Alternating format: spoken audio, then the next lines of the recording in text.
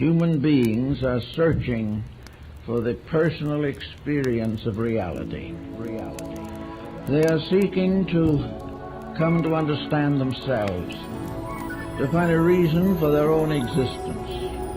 And so you go round and round and round, ever chasing the illusion that there is something outside yourself, outside your here and now, to be attained that will make things better.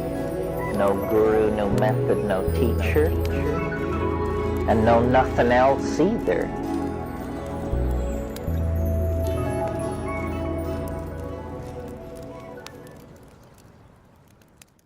All right, welcome everybody. We have Asa Leveaux with us. Asa, how you doing, man?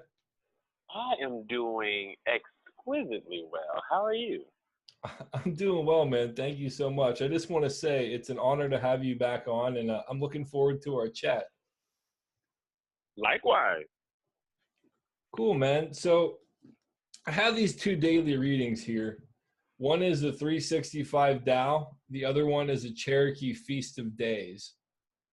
And they're both daily meditations. Like, which one would you rather have me read, and then we can discuss it? I desire to definitely, I bring life to ancestors and I honor ancestors. So let's just do the Native American one first. And then we can do the Tao one. Oh, dipping into both of them. I like it. I like it. Just to be sure, today is the 19th, correct? Today's the 18th. 18th. Okay, I was on the right page, wrong side of the thing. Okay, here we go. July 18th. Time is a supreme equalizer. It puts us on the same level with people that never considered us their equal. The person in most revered and feared position can suddenly have his breath taken away by sudden descent. Time seems almost mischievous in the way it turns things around. We never really know what people think or what they believe until they have had some time. Our only drawback is how we think about ourselves and the need to talk about it. When our mouths are talking, our minds stop to listen. We may not like what time has done, but we can rely only on its fairness. It has seen our actions, heard us talk, and knows our hearts. We can only hope there is enough time and we can learn and change. And here's this final little quote that goes with it. It says, like the wildwood birds which our fathers used to hold their breath to hear, they sing in concert, alike in forest and field, alike before wigwam or castle, alike. That was said by Pokagon.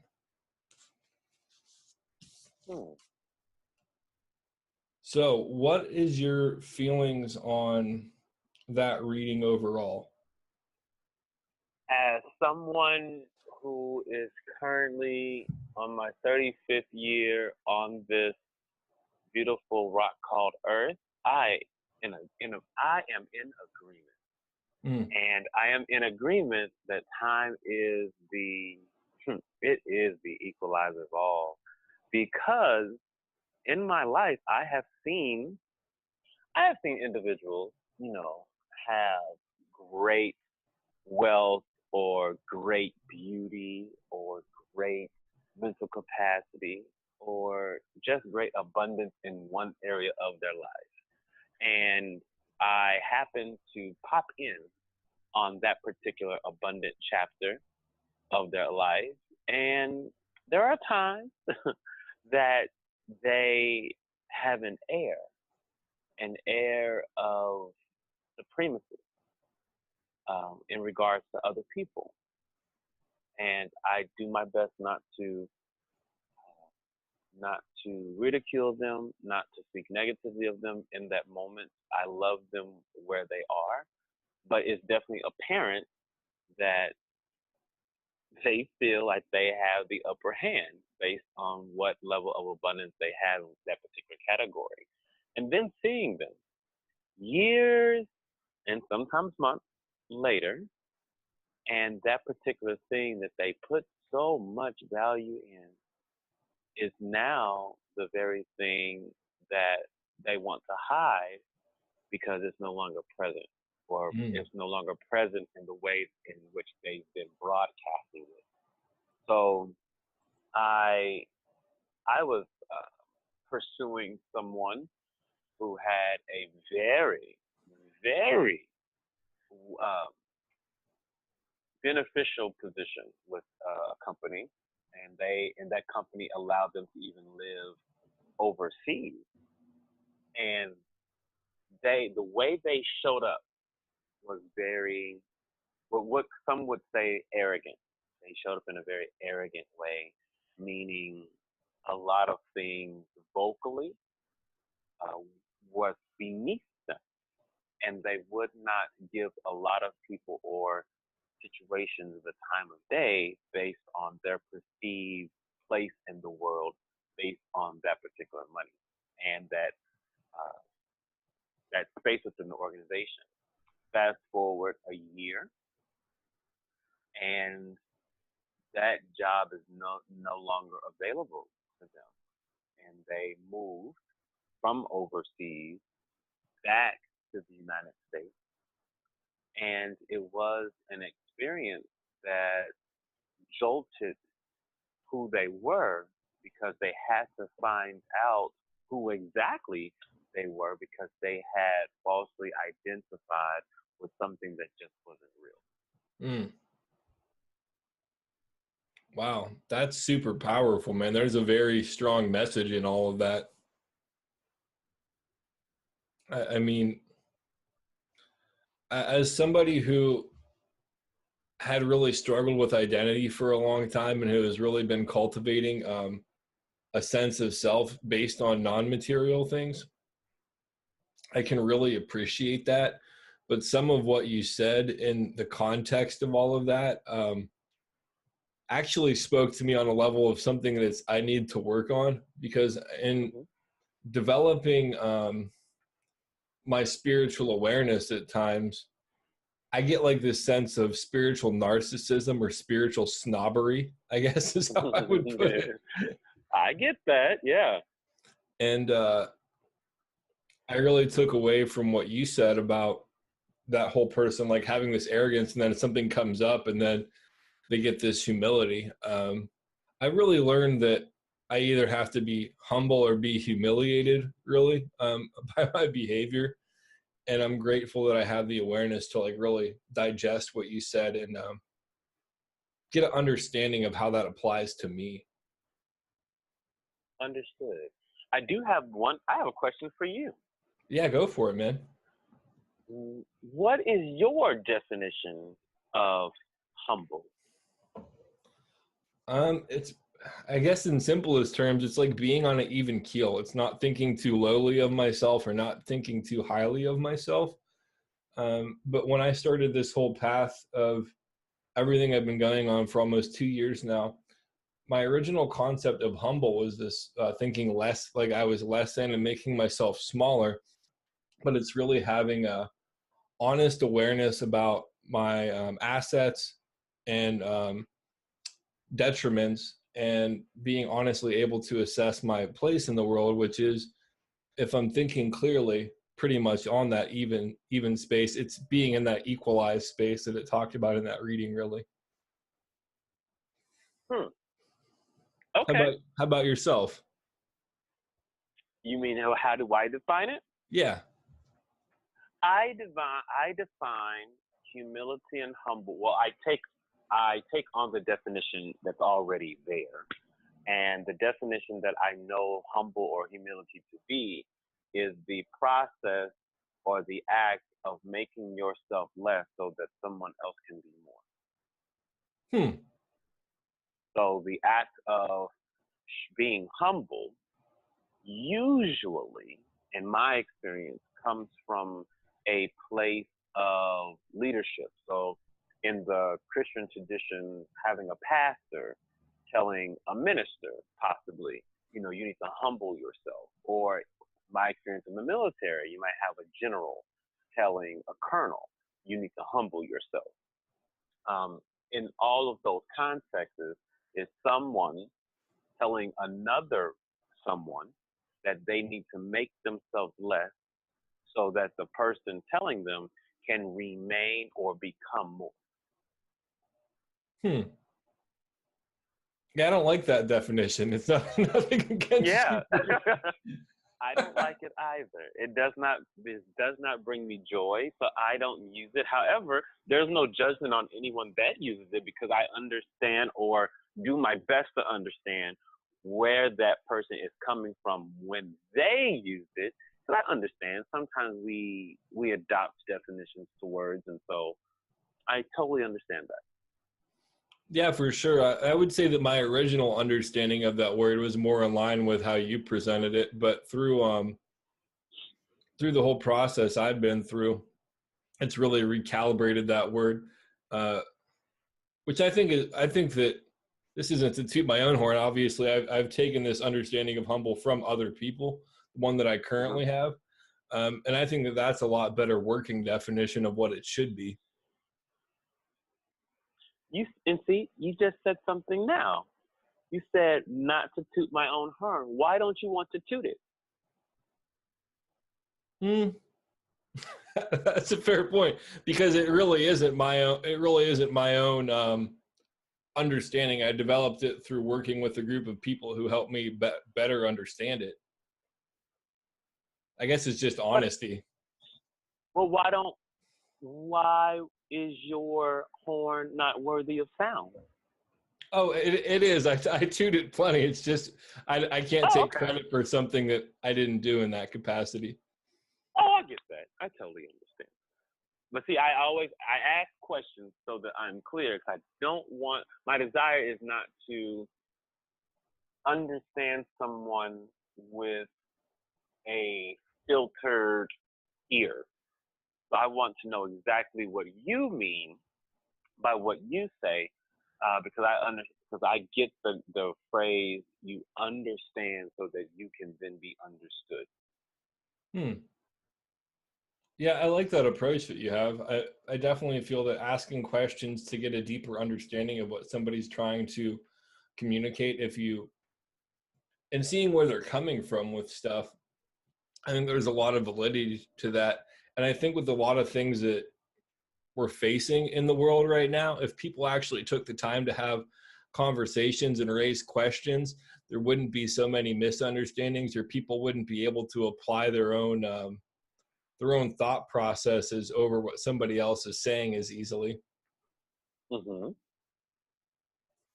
Right. And in the work that I do every day, my main intent is clarity. At the end of the day, and the beginning of the day, I desire a high level of clarity so that I'm not in the jungle of people's minds.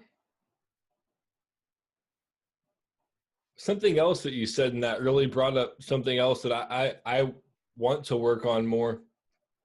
I work on clarity often in my own life, and a lot of the times I get in this mindset of screw everybody else, which isn't really healthy. I admittedly do that. It's okay, I get it. But I was talking about at the beginning somewhat too. But maybe if I would ask people more questions instead of literally doing what I just said, like applying my own thought processes over what other people are saying, I might have a better experience and a better communication with other people. I agree. I totally agree. And one way in which I do that is the first thing that I do is I have to realize myself. Sometimes I get just the way you said that you get sometimes, and you're like, screw people.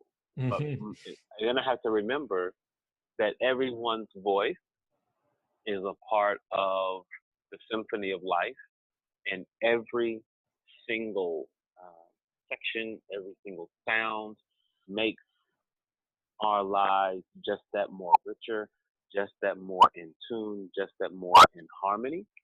And when I look at it like that, I am not so belittling or berating of another person's voice. That's a really good way to articulate that too. And I forget the person who said the quote that I'm about to paraphrase, but I never met a man that like who couldn't help me. Like I could learn something from Mm-hmm. anybody as long as I'm being present. Totally. I definitely agree. My intent daily is to live that out. Yes, for sure. Hmm. So we're gonna read the other reading now and see what comes up from that. Okay. Okay. And this one is day 199, which I think we're on day 199 for the year. And it is internalizing. People think they don't have to learn because there is so much information available. But knowledge is more than possessing information. Only the wise move fast enough. The amount of information available today is unprecedented. In medieval times, a few volumes could form an encyclopedia of all known facts, or a despot could control his subjects simply by isolating or destroying a library. Now information is available to us in tidal proportions. Some take a lethargic approach to this enormity. They feel that there is so much at hand, they do not need to actually learn anything. They'll go out and find it when they need it. But life moves too fast for us to rely on this laziness. Just as the flow of information has increased exponentially, so too has the pace of the decision making accelerated. We can't be passive. We have to internalize information and place ourselves precisely in the flow. It has been stated that the average human being utilizes 10% of his or her mental capacity. A genius uses only 15%. So we definitely have the capacity to keep up if we unlock our potential. This requires education, experience, and determination. One should never stop learning, never stop exploring, never stop going on adventures. Be like the explorers of old. What they acquired for themselves will always surpass those who merely read about their exploits. I think that really tied in well to like the transitioning point of that conversation very synchronistically.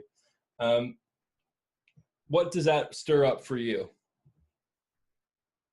The thing that stood out for me, well, number one, I love the fact that they're talking about knowledge and obtaining that knowledge, and the fact that, yes, we are living in a time where there's unprecedented knowledge available to us, because by knowledge, not by age, is wisdom attained.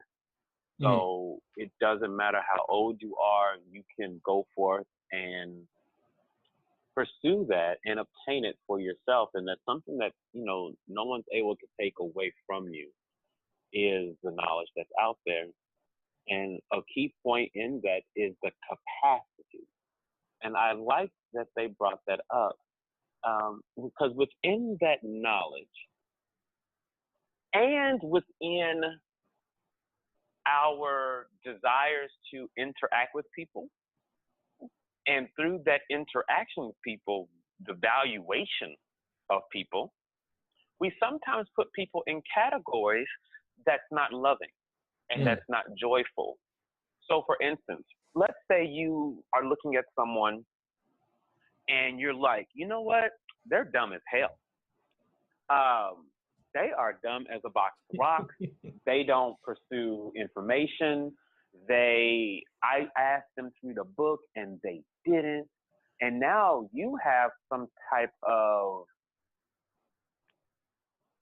unresolved identity about you being more and someone else being less, based on them not mirroring what you do and how you look in the world. But I believe that if we would stop and first ask if that person even has the capacity to do that, we would be more loving. So for instance, if I have a sibling and I'm the eldest of 5, and one of my siblings, I'm just thinking, I have all this stuff for them. I am Asa Leveaux, America's leading clarity coach, and they don't know anything, and they just won't take everything I'm giving them. Or I could just ask them a question. Do you have the capacity and the desire to learn anything new? And then giving them the grace and the space to say no. Mm. That's it. Giving them the grace and the space to say no.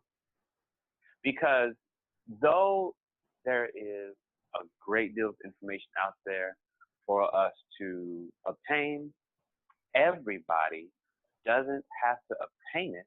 And in the event that they don't obtain it, it doesn't mean they're any less than we are.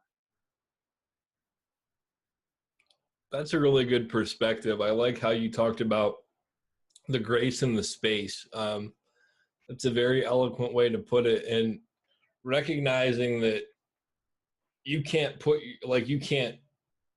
any force on the situation. It's something they have to come to, something they have to actively pursue on their own, and allowing them to do that if that's what they so choose. And also, it liberates you from the sense of trying to make them live up to your ideal, or for trying to take control of something that ultimately needs to come from within. Mm-hmm. I think that was very, very well said. I also like how you touched on capacity, because that's something that I have to, again, instill in my own life, is recognizing not everybody, first off, not everybody needs to think like I do. Not everybody's capable of thinking like I do. And then also, who the hell am I? Like, I'm comfortable with myself, but I'm not the high water mark by any means. Like, if that makes sense. Okay. It makes partial sense. Can you say it in a different way, as if I was 6 years old? I'm okay where I'm at, but nobody else has to live up to who I am. Got it. Like, I can still have self-worth, but people can be better than me. People can have less understanding than me, but it doesn't make, like you said, we're still all equal. It doesn't matter at the end of the day. Mm-hmm. Yeah. I just know that in my business life, in my personal life, and my life being single, that is something that I feel like I unlocked Pandora's box when I learned about the capacity.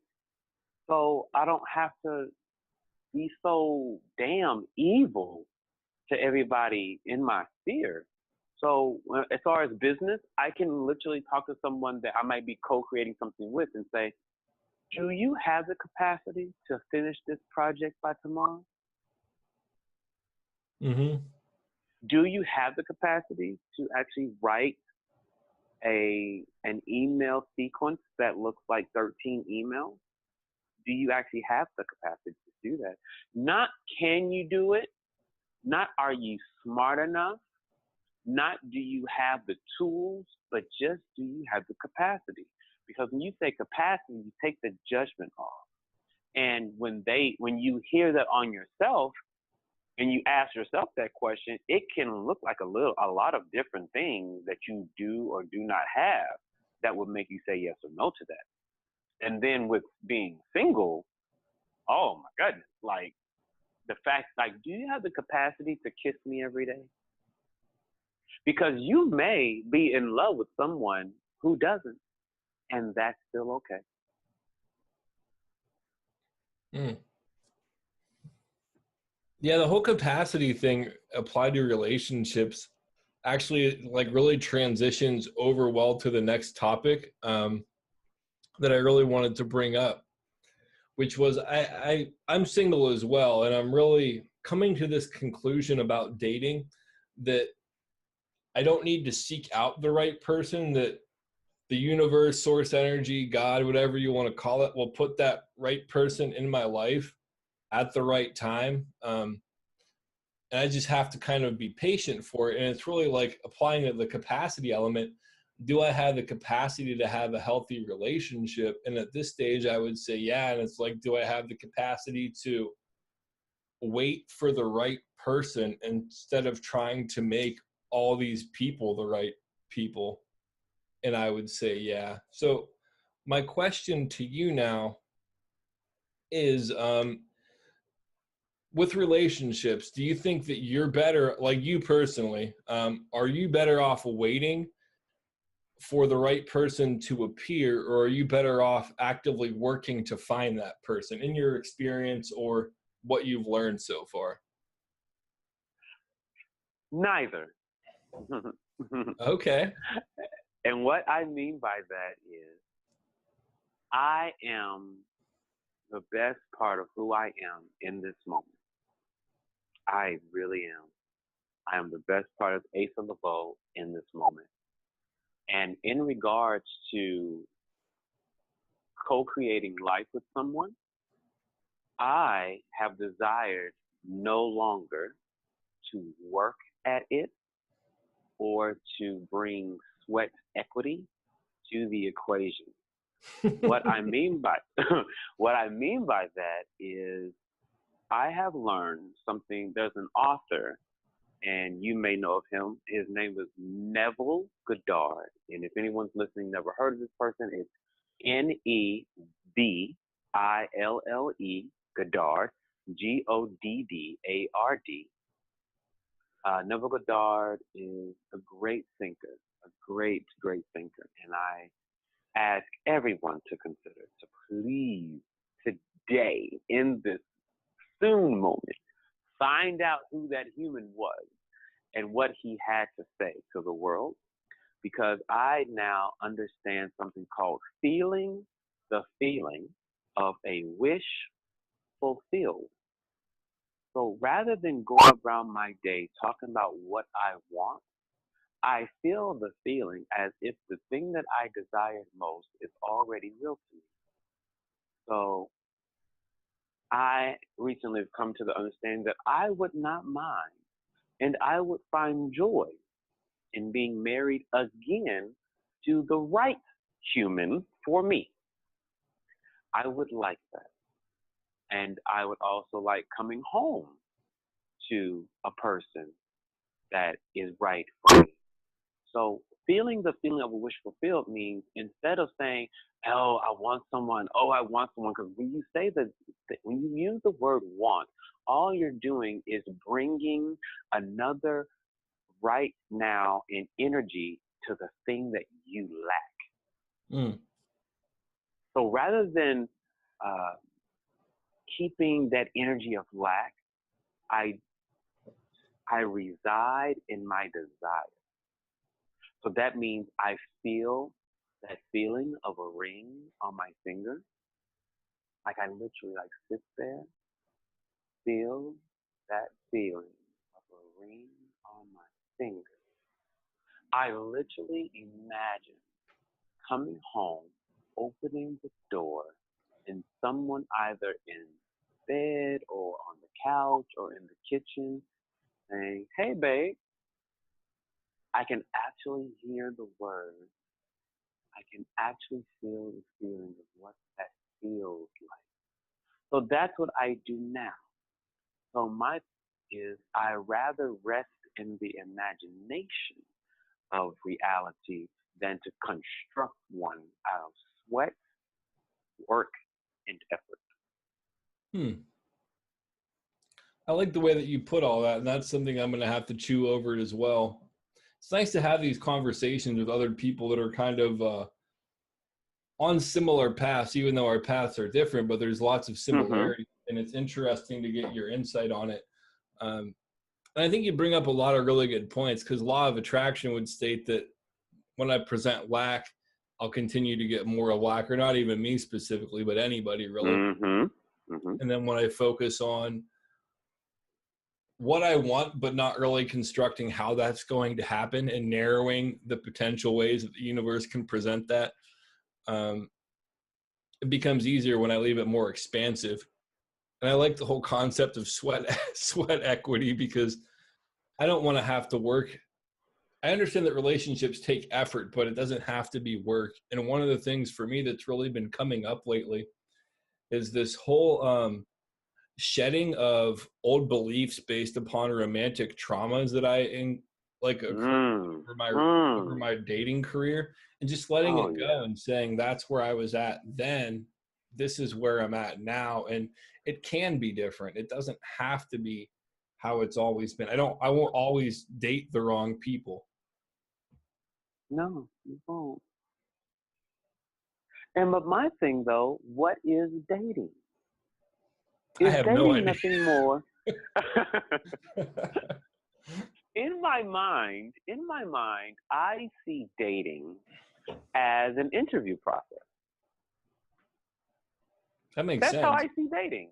So when you talk about one of these very large firms, very large organizations, and I mean that by the number of people that they have and the number of revenue that they create, when you have someone and they desire to bring someone onto the team that's going to also make a significant contribution to the team, as well as for themselves make a significant amount of money, the interview process is a dating process. So you find out who is interested, AKA you start swiping right. You just start swiping right. Then what happens, you pick a number of people that you swiped right on, and then you start talking to them. Hey, what are you up to? What do you like? How was your day? What interests you? Tell me a little bit about yourself. You do that with you do that with a smaller number of people, but you still do that with multiple people. Then what happens, you bring that down some more. And now you're seeing a couple of folks because you want to know what works.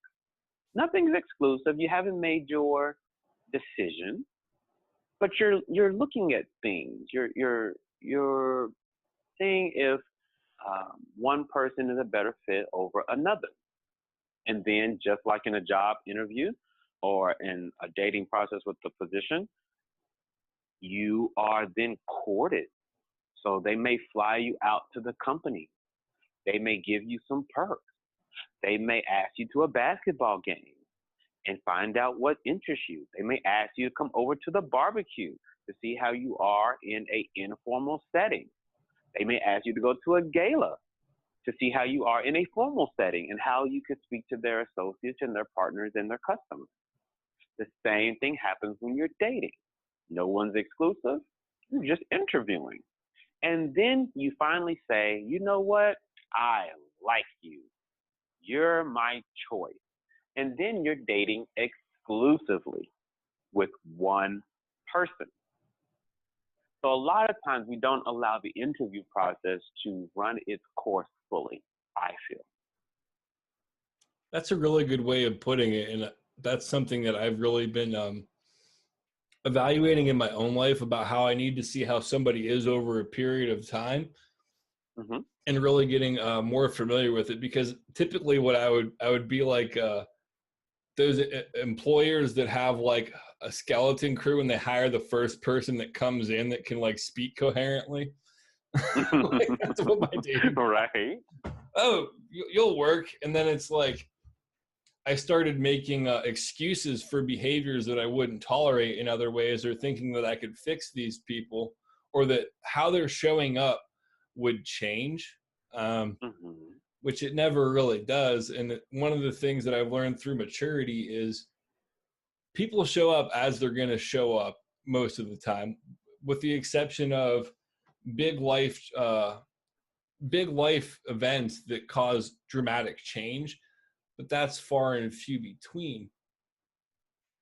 One of the other things that I really vibed with what you said, I lost my train of thought there. Let me think about that for a second. Yeah, go ahead.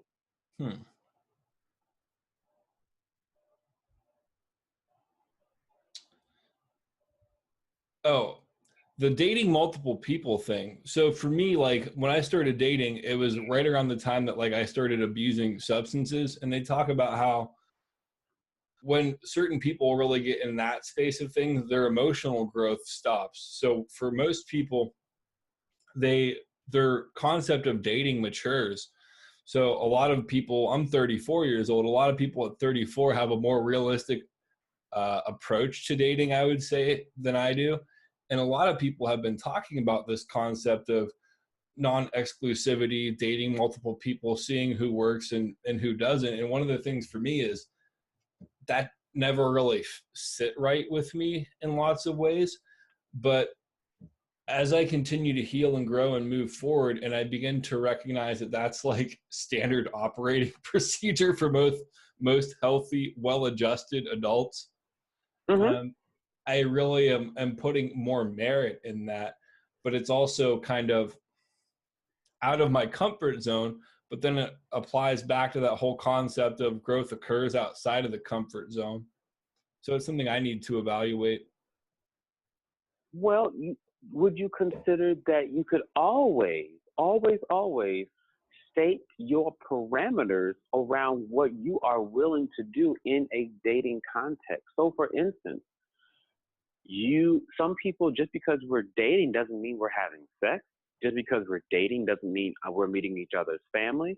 Just because we're dating doesn't mean we're actually engaging into anyone's personal space, i.e., I'm not coming to your home, you're not coming to my home. We're just wanting to know if we enjoy each other's company. So once you put guidelines and standards, keyword standards, around how you wish to experience the world and this person, there isn't any issues. Now, I'm not saying you have to, or maybe your best practice is to come out the gate with, this is what I won't do. I'm not doing this. I'm not doing this, because that may not grant you the experience you desire. It just may not. It might, but it may not. And so the best practice is just to let people know up front, I'm not up for that. That doesn't sound amazing to me. That doesn't bring me joy. But however, I would like this instead. Because I know how that could feel if you're wanting someone to spend time with you and you suggest a lot of different things and they're just like, no, no, no. But one thing that you can do is when you say, offer another possibility, offer an alternative, so it doesn't feel like you're saying no to the person, but rather just no to that experience. I think that's a very good point as well. I've never been one of those people that really had standards or boundaries in lots of ways. Oh. And as I'm developing self-respect and self-esteem and self-worth and all that kind of stuff, I recognize the validity of that. And it's not disqualifying certain people particularly. It's saying it's not let me rephrase that. It's not a judgment call on those other people. It's more of saying, this is what I need in my life in order to be successful and to thrive and to get the experience that I want. Exactly. And one thing that I know for myself is that it came from a high level of fear. I had to think to myself, Asa, you have had a really beautiful human in your life before. Why are you so scared that you won't find another one? Like, what is it about you that thinks that you once imagined that you created a possibility for you to experience life with a beautiful person, and because they made a choice and left, you now think that that can't happen again? Why would you think that? That's a really heavy thing to say, but there's a lot of truth in that line of questioning for sure. Mm-hmm. What was your answer, if I can ask you? What was your answer for why you thought that? So it really did come from a level of fear. My thing is there are only two possibilities as far as energy in the world, and that is fear or love. Fear being a very low vibration, love being the highest vibration. And when it's not love, call a thing, call it fear, but then unpack the fear. So yeah, I really was afraid that no one could come back. I thought that I had really exhausted all of my pretty fairy dust, like to get someone, like it just, my fairy dust went away. Like, how am I going to bring someone back? And then there's another level of fear that as a result of me self-identifying with this co-created identity with the other person, I had a fear that the best of me is what they took away when they left. Damn, I can relate to that too, man. In some relationships, I somewhat lost myself at times and identified so much with them being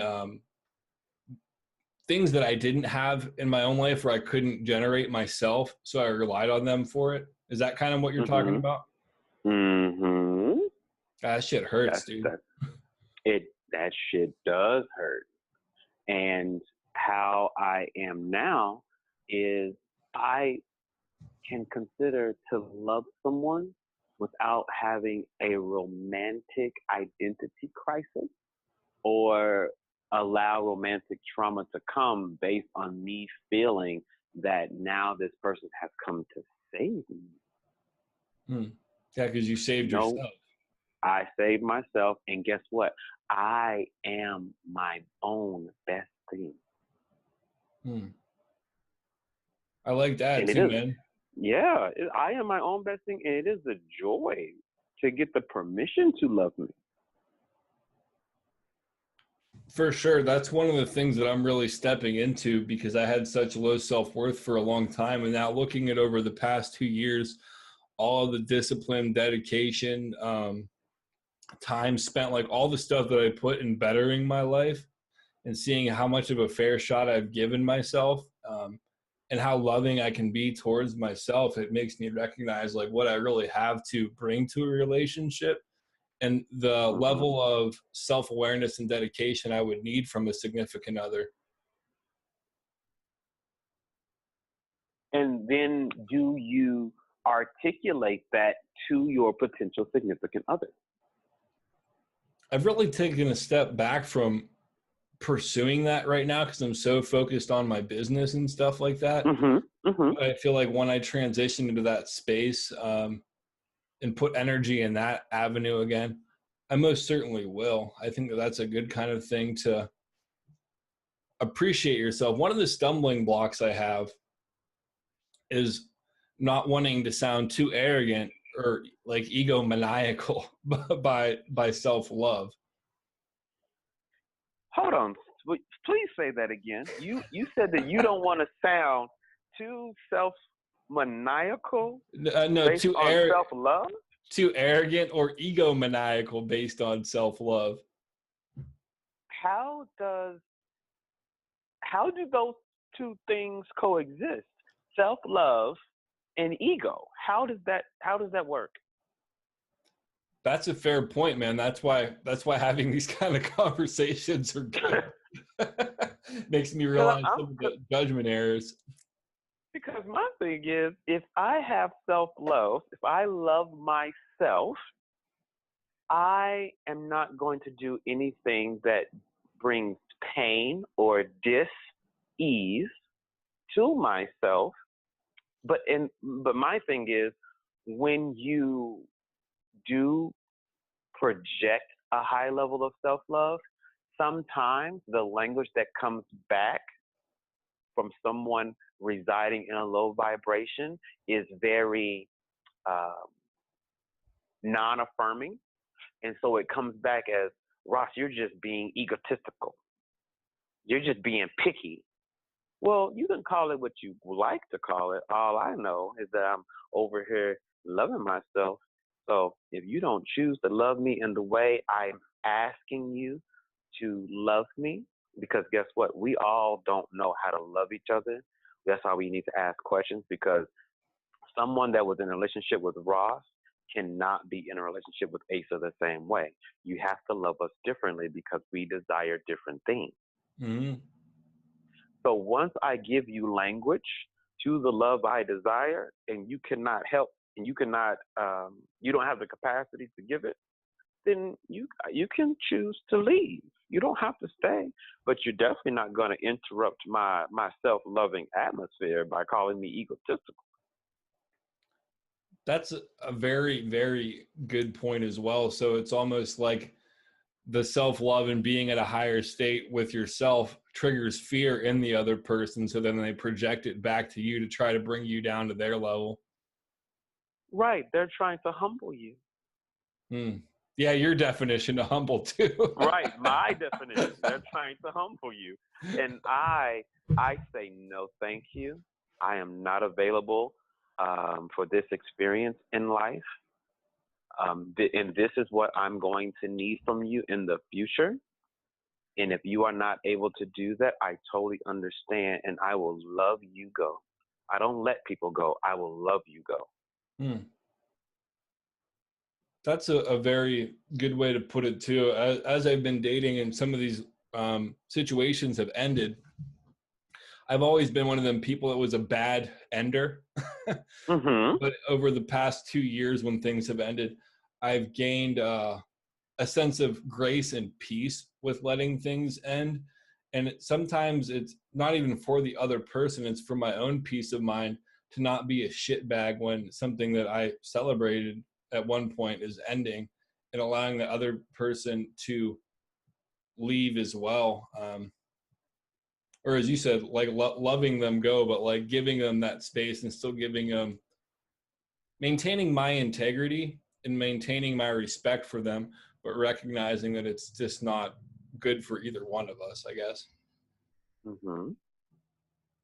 Yeah, I get that. I have another question for you on this topic, and then I have a couple more, then I'll let you go. I don't know what the time's like. I don't have a clock handy. But the last question I have on this dating topic is, do you feel that you should date where you're at now? Or I've heard somebody say this, it might have even been you last time we talked. I don't remember where I heard it, but somebody said you should date where you want to be in a couple years. Like kind of date beyond where you're at so it gives you room to grow.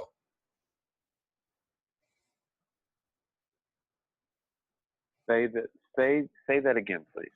So when you're looking for people to date, do you date where you're at like now in that space of somebody on, like, I say even playing field, but I don't mean it in that direct sense, or somebody who's maybe a little bit further on their path to where you want to be in your life?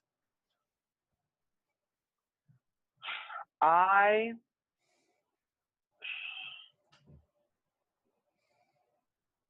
don't look at people as other than me. This is what I mean by this. So to date Asa means you have a level of persistence and tenacity when it comes to you pursuing or allowing what's to come in regards to a dream that you have. I love dreamers. I do my best work and I show up best when I'm around dreamers. And not just dreamers, but dreamers who actually do things in order for those dreams to come. And if they are that, I'm okay. So for instance, if I find someone working at In-N-Out Burger and they are like, I find you attractive. And I say, I find you attractive too. What am I going to do? I'm going to interview them. I'm going to want to know, well, what dreams do you have? What is your what course are you on? What journey are you on to make sure that that thing is obtained in your lifetime? And if that's working and you are showing proof of those things, then I will give you a chance. At the same token, I found someone on Facebook. This is how I found them. someone that I had never met on Facebook was, I guess, interested in me. Based on the information that they sent in my inbox, they seemed to be interested. I was not, and I was very clear about that. After months later, they posted a picture of a lot of their friends in the picture. One of their friends stood out to me, and I was like, whoa, who the hell is that? They tagged, I think, about 13 people. Do you know that I went through every single person tagged to match the name with the face? I finally got the perfect match. I then messaged them, said, hello. That's all I said. I waited for a response back. I said, the reason why I'm contacting you is because I saw you in this person's picture. I find you extremely attractive, and I would like to know if you have the capacity for someone to pursue you. They responded very positively. I am still in communication with that person. I later found out that that person is an actual attorney. Mm-hmm. So I didn't go after the attorney. I went after the person. I then found out that person was an attorney. I see what you're saying. So what I'm picking up is, don't focus so much on the material, focus on the soul of the person, and if their actions and their thoughts are in alignment with what you're trying to do in life. Right, because when you go after the thing that you identify for them, what happens when they are no longer that thing? So for instance, if I'm creating I'm going to create a whole imaginary story. So if I was to go after this attorney and it all worked out the way I wanted to work out, and we're actually together, we start building a life together. And then that attorney, for some reason, gets disbarred, like not able to practice law in all of America. What happens to my feeling of them? Yeah, if you were attracted solely based on the attorney element of it. Yeah. Because my thing is being the different things that I've done for myself, the fact that, I have 4 books. Yes, it was Amazon bestseller. Yes, I have a Bronze Star with the military. Yes, I have clients. Yes, I am an international speaker. I do my best not to say any of that to any of the people that I am talking.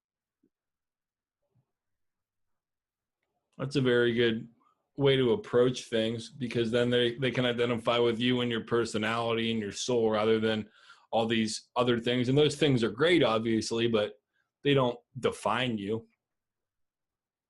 Nope, not at all. That's a really not at all. That's some good talk, man. I really like that. I'm grateful that we were able to talk about this topic, because you've given me more clarity on it, which is good considering you're a clarity coach. I feel like you tied everything up in a neat little package too by relating it back to the beginning.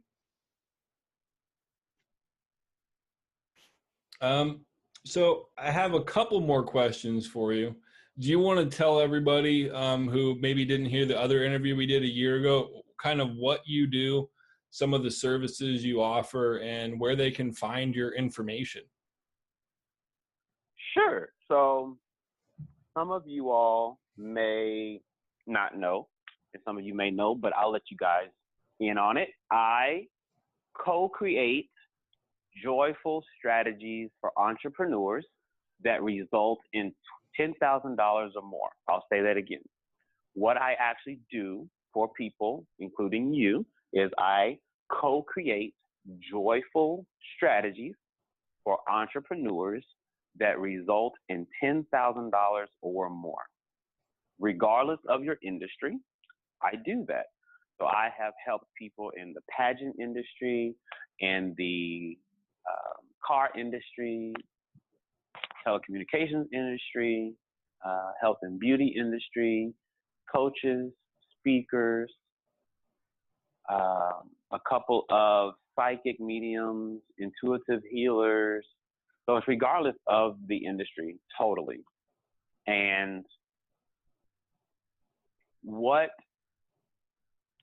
that looks like, that can look like on one end, you going to a website called openmybusiness.co. That's www.openmybusiness.co. And you can go and take advantage of the Entrepreneur Playbook. And the Entrepreneur Playbook is only $10 a month. And it's a lot of different courses and trainings in there on marketing, sales, operations, finance, how to get your book on Amazon, how to write your book, how to become a speaker, as well as how to get publicity for yourself. And the cool thing about it is that it's an entire coaching on demand experience, meaning if you don't see a particular training that you would like, you demand it, and I have 10 days to create it. That's exactly what that means. So the Entrepreneur Playbook at openmybusiness.co.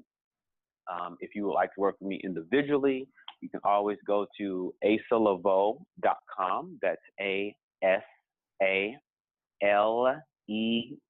as in Victor, EAUX as in X-ray.com, and sign up for a no-cost creative consultation and to see how I can serve you. And something that I'm working on right now is I'm working on my last and final, and I do mean this, my last and final co-authored book. So the book that I co-authored first was a book called I Am Man Enough. I Am Man Enough, 365 Affirmations for Me. I co-created that book with 7 other men around the country. And that was an Amazon bestseller. Very proud of that book. The book is also on Walmart. So walmart.com, you can find that book. And then after that, women came up to me and was like, hey, Asa, you need to make one for us. And I was like, nah, I'm good. I'm not doing it. No, that doesn't sound amazing at all. And they're like, no. I was like, no, I'm good. I'm not doing it. And then finally somebody said, if you don't do it, who will? And I didn't have a response to that. So with the help of 21 women, I did that. I actually have the book, I Am Woman Enough, 365 Affirmations for Women. That took a little while because I desired to do my best and not be, not bring any male chauvinistic energy, any mansplaining energy to it, and operate from a divine feminine place. So it took a little while for me to get that one out. That one allowed the same level of success, actually a little bit more, because that one reached Amazon bestseller the same day it launched. Oh, wow. Yeah, the same day it launched, which was amazing. And it launched on International Women's Day. So we were very, strategic on how we positioned the book. And now the final one, I'm not doing another co-authored opportunity. I'm just not willing to do it. But I wanted to, for anyone else out there that desired, I wanted to make this a possibility. So the power of me is the last collaborative work that I am willing to do. And the power of me talks about the divinity that must come through your mindset for your life to change in a moment, in an instant. Not the power of the person you are with or the person you are trying to be with. Not even the power of the sacred religion that you may be aligned with, but truly the power of you, your divinity, and then the steps that other people can take to make that happen for themselves. Okay? So that's the last one. There'll be more information about that. Actually, you can go to asaleveaux.com to find out more about that particular possibility. Also, you can go there for the creative consultation as well as this book opportunity, but the book will be released on January 1st, 2019. The Power of Me, which is the last one. I know exactly what I have to do to make this a bestseller. Like, I just know how to make bestsellers now. So this will be another best-selling book. And so if anyone would like to be a part of that and they then be allowed to be bestsellers, please come. Awesome, man. I'll definitely be sure to include those links below. And I definitely think that maybe that Power of Me is something that when it comes out, you can come back on and talk about it if you want to. I mean, you're welcome to come on and talk whenever you're willing to. Thank you. I really appreciate that. Oh, you're welcome, man. I really appreciate our conversations. And I know that I get a lot out of talking to you, and I'm sure that the listeners get a lot out of our conversation as well, because you have a lot of good information and a very good perspective on everything. Thank you. I really appreciate that. Oh, you're very welcome. Thank you for your time. Asa, do you want to take us out with any closing words or anything, brother?